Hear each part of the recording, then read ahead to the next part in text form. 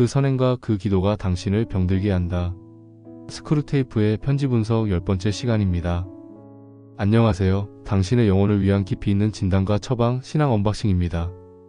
오늘도 영적 건강검진을 통해 우리의 신앙생활 깊숙이 숨어있는 미묘하지만 치명적인 영적 질병들을 함께 살펴보고자 합니다. 오늘 우리가 진단할 세 가지 주제는 바로 이타심, 기도, 그리고 인내입니다. 모두 우리가 칭찬받는 덕목들이죠. 하지만 마귀는 바로 이 선한 덕목들마저도 교묘하게 왜곡하여 우리를 병들게 만듭니다. 과연 나의 선행과 기도, 그리고 인내는 건강한 상태일까요? 지금부터 C.S. 루이스의 날카로운 진단서를 통해 우리의 영혼을 정밀하게 점검해 보겠습니다. 첫 번째 진료, 가짜 이타심이라는 관계 바이러스.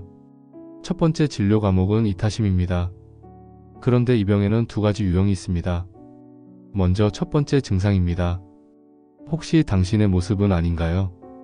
나는 괜찮아, 너희만 좋으면 돼. 입버릇처럼 이렇게 말하며 다른 사람을 위해 기꺼이 희생합니다. 하지만 마음 한구석에는 억울함이 쌓여갑니다. 내가 이렇게까지 하는데 왜 아무도 내 마음을 몰라주지? 은근히 자신의 희생을 다른 사람들이 알아주고 미안해하길 바라는 마음이 있습니다. 이 증상에 대한 스크루테이프의 진단은 무엇일까요? 이것은 순교자형 가짜 이타심입니다. 마귀의 전략은 우리가 이타심을 다른 사람에게 영향력을 행사하고 그들을 미묘한 죄책감 속에 가두는 통제의 도구로 사용하게 만드는 것입니다. 진정한 사랑에서 비롯된 희생이 아니라 자기 연민과 인정 욕구에서 비롯된 병든 이타심입니다. 다음은 두 번째 증상입니다. 이 모습은 또 어떤가요? 누군가 나를 위해 무언가를 해주려고 할 때 괜찮습니다, 신경 쓰지 마세요 라며 극구 사양합니다. 상대방에게 짐이 되기 싫다는 착한 마음처럼 보입니다. 하지만 그 결과 상대방은 무안해지고 사랑을 표현할 기회를 잃어버려 관계가 더 서먹해집니다. 이 증상에 대한 스크루테이프의 진단은 무엇일까요? 이것은 독립적인 척하는 가짜 이타심입니다. 마귀의 전략은 우리가 겸손을 가장한 교만한 독립심에 빠지게 하는 것입니다. 다른 사람의 도움을 받는 것을 마치 내가 부족하거나 빚지는 것처럼 여기게 만들어 사랑을 주고받는 유기적인 관계를 차단하고 스스로를 고립시키는 것입니다. 그렇다면 이 두 가지 유형의 가짜 이타심에 대한 공통 처방전은 무엇일까요? 첫 번째 처방전, 나의 진짜 욕구를 정직하게 소통하십시오. 첫째, 괜찮다고 말하기 전에 나의 진짜 감정과 욕구를 정직하게 인정하고 소통해야 합니다.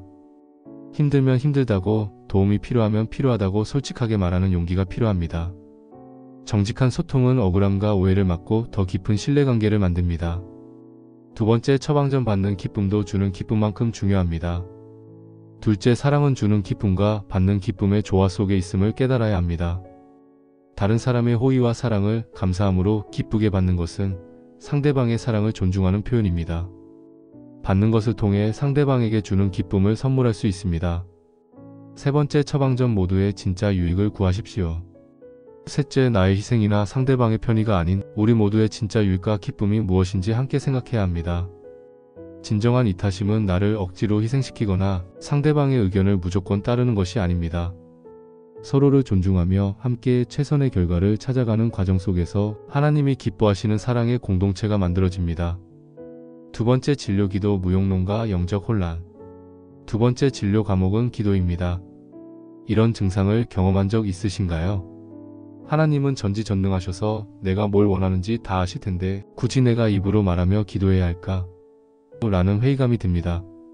기도해도 상황이 바뀌지 않으면 역시 기도는 소용없어라며 쉽게 낙심하고 기도의 자리를 떠나게 됩니다.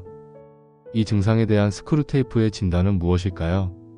이것은 기도를 거래나 자판기로 오해하는 병입니다. 마귀의 전략은 우리가 기도의 본질을 하나님과의 인격적인 관계 맺기가 아닌 내가 원하는 것을 얻어내는 수단으로 착각하게 만드는 것입니다. 그래서 기도의 결과에만 집착하게 하고 응답이 없으면 하나님이 없거나 나를 사랑하지 않는다고 쉽게 결론 내리도록 유도하는 것입니다. 그렇다면 이 기도 무용론에 대한 영적 처방전은 무엇일까요? 첫 번째 처방전, 기도는 관계입니다.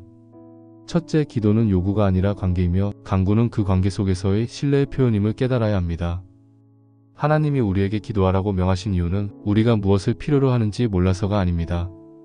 우리가 그분을 아버지로 인정하고 모든 필요를 그분께 의존하며 대화를 통해 더욱 깊은 신뢰관계로 나아오기를 원하시기 때문입니다. 구하는 행위 자체가 바로 믿음의 표현입니다. 두 번째, 처방전 결과가 아닌 과정에 집중하십시오.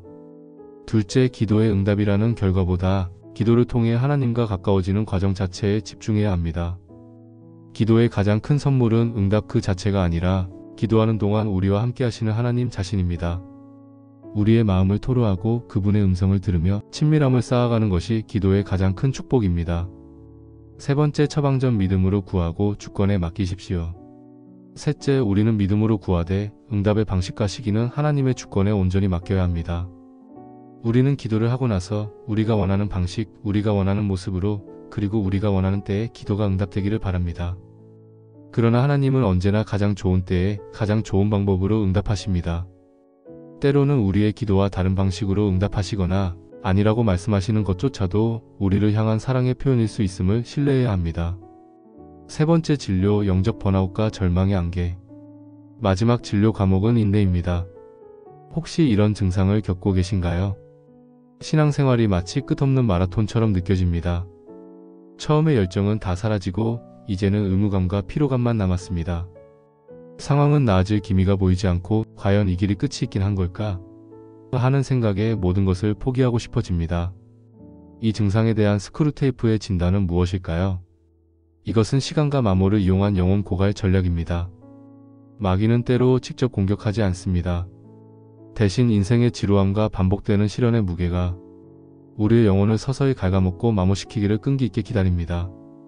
큰 사건 없이 그저 시간의 흐름만으로 우리를 절망과 무기력에 빠뜨리는 것이 가장 효과적인 장기 전략임을 아는 것입니다. 그렇다면 이 영적 번아웃에 대한 영적 처방전은 무엇일까요? 첫 번째 처방전, 믿음의 경주는 장거리 경주입니다. 첫째, 신앙의 여정은 100m 달리기가 아니라 평생을 달려야 하는 장거리 경주임을 인정해야 합니다. 지치고 힘든 순간이 오는 것은 당연합니다. 중요한 것은 포기하지 않고 자신의 페이스에 맞춰 꾸준히 달려나가는 것입니다. 하나님은 우리의 속도가 아니라 우리의 완주를 기뻐하십니다. 두 번째 처방전, 일상의 작은 은혜를 발견하십시오. 둘째, 거창한 기적이 아니라 일상 속에 숨겨진 작은 은혜와 기쁨들을 발견하고 감사하는 훈련을 해야 합니다. 오늘 마신 따뜻한 커피 한 잔, 창가에 비친 햇살, 친구의 따뜻한 말 한마디. 이런 작은 것들 속에서 하나님의 사랑을 발견하고 감사할 때 우리는 지친 길을 계속 걸어갈 새 힘을 얻을 수 있습니다. 세 번째 처방전, 영원한 본향의 소망의 닻을 내리십시오. 셋째, 현재의 고난 너머에 있는 영원한 본향에 우리의 소망의 닻을 내려야 합니다. 히브리서 6장 19절은 소망을 영혼의 닻이라고 말합니다. 이 땅의 삶이 아무리 힘들고 지치더라도 우리에겐 장차 들어갈 영원한 하나님 나라가 있다는 확실한 소망이 있습니다. 이 소망이 있을 때 우리는 현재의 고난을 가볍게 여기고 인내하며 이겨낼 수 있습니다. 오늘 영적 건강검진에서는 가짜 이타심이라는 관계의 병, 기도 무용론이라는 신앙의 혼란, 그리고 영적 번아웃이라는 깊은 피로감에 대해 함께 진단하고 그 처방전을 살펴보았습니다. 이 세 가지 문제 모두 마귀가 우리의 선한 마음과 신실한 노력을 얼마나 교묘하게 왜곡하고 지치게 만드는지를 잘 보여줍니다. 부디 오늘 함께 나눈 이 진단과 처방이 여러분의 관계와 기도 그리고 인내의 여정을 더욱 건강하고 복된 길로 인도하는 소중한 나침반이 되기를 바랍니다.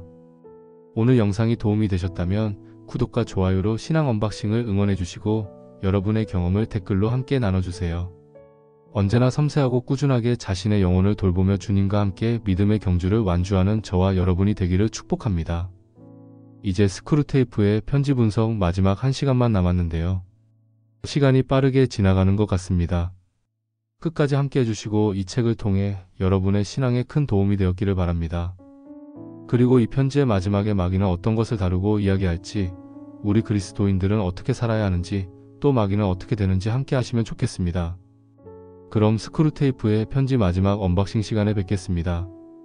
주님 안에서 항상 승리하세요.